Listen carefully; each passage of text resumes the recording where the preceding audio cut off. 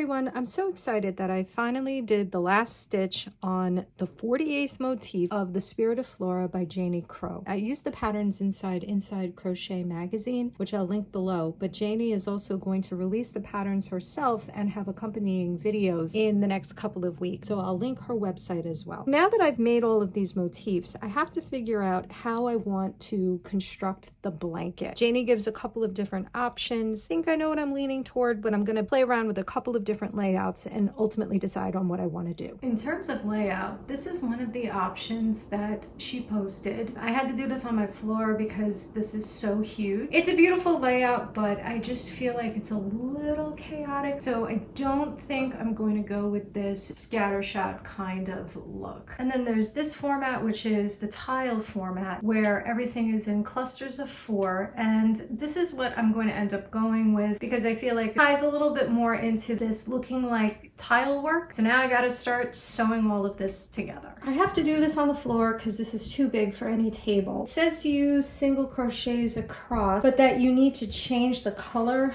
in each section. I want my colors to be perfectly uniform. So it says to go across with each color, but some of these colors change in the middle of the row. So I'm going to do oatmeal for the sunflowers. In the middle of the oatmeal stitch, I'm going to switch to the caramel, go across, and then do the blush to the end. And then some of these I'm just going to have to make a decision. So like over here, these are easy because it's just caramel green parchment. But over here, I have to decide, do I want this to be oatmeal or do I want this to be caramel? I don't know. I want it to be as seamless as possible. Don't want any like tile grout kind of effect. These are all the colors I overbought because I did not know how much yarn I needed. So I'm going to have a lot of stash with this when I'm done. Let's start putting it together. I saw that some people were attaching these in groups of 4 before putting the whole thing together, but I decided not to do that. See what happens. I'm very open to the idea that I might have to take this apart and do it again.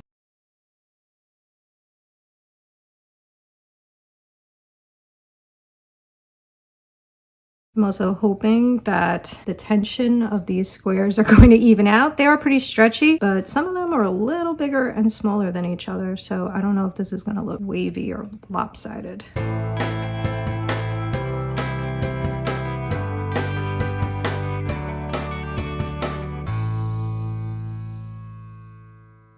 So I'm just going to show you when I get up to the color change. And there's the first seam. It looks really good. I'm going to keep going. So I've got 2 sewn together horizontally. I'm going to go into this last stitch here, and I don't know, in my mind this makes sense. I don't know if it's actually going to though. To my last stitch here, and I'm going to do my single crochet in the corner.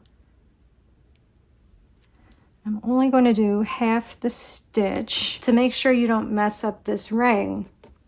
Just fold that over like that. I'm gonna cut this. If I have to redo it, I don't even care. I'm gonna grab my green. I'm holding this really tight because I don't want this to get loose. I'm hoping in the next instructions that Janie shares, she goes into more detail about how to join. I'm gonna leave a long tail. I'm gonna pull this through, hold that caramel and the green tails together really tightly.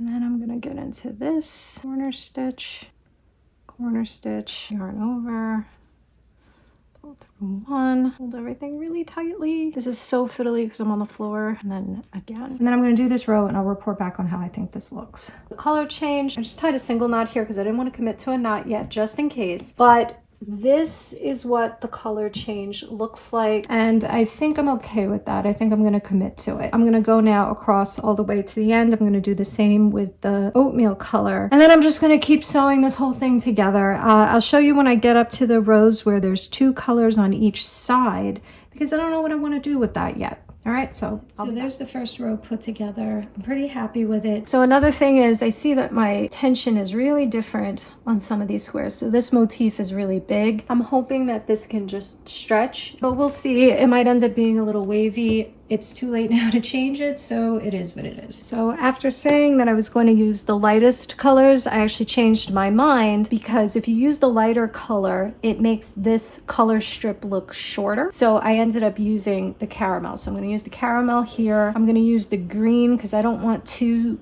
rows of caramel because the next block here is caramel as well. I don't want that. So I'm going to use green and then pink for the next one across. And here are all the motifs sewn together.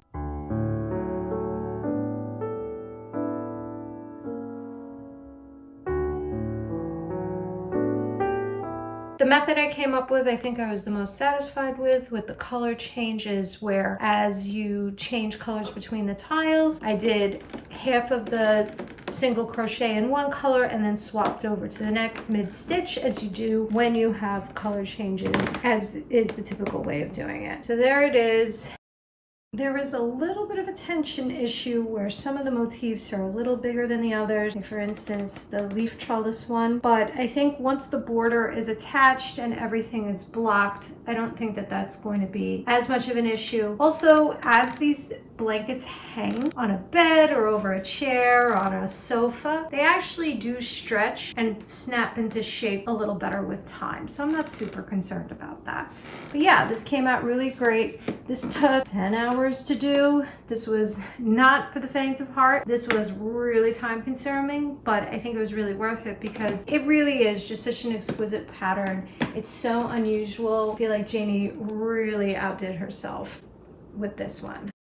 I'm going to take a little break until I decide to do the border, because this was kind of a marathon and I'm tired. So I'll post again when I have the border all figured out. If you like this video, please like and subscribe and keep on crocheting. Bye-bye.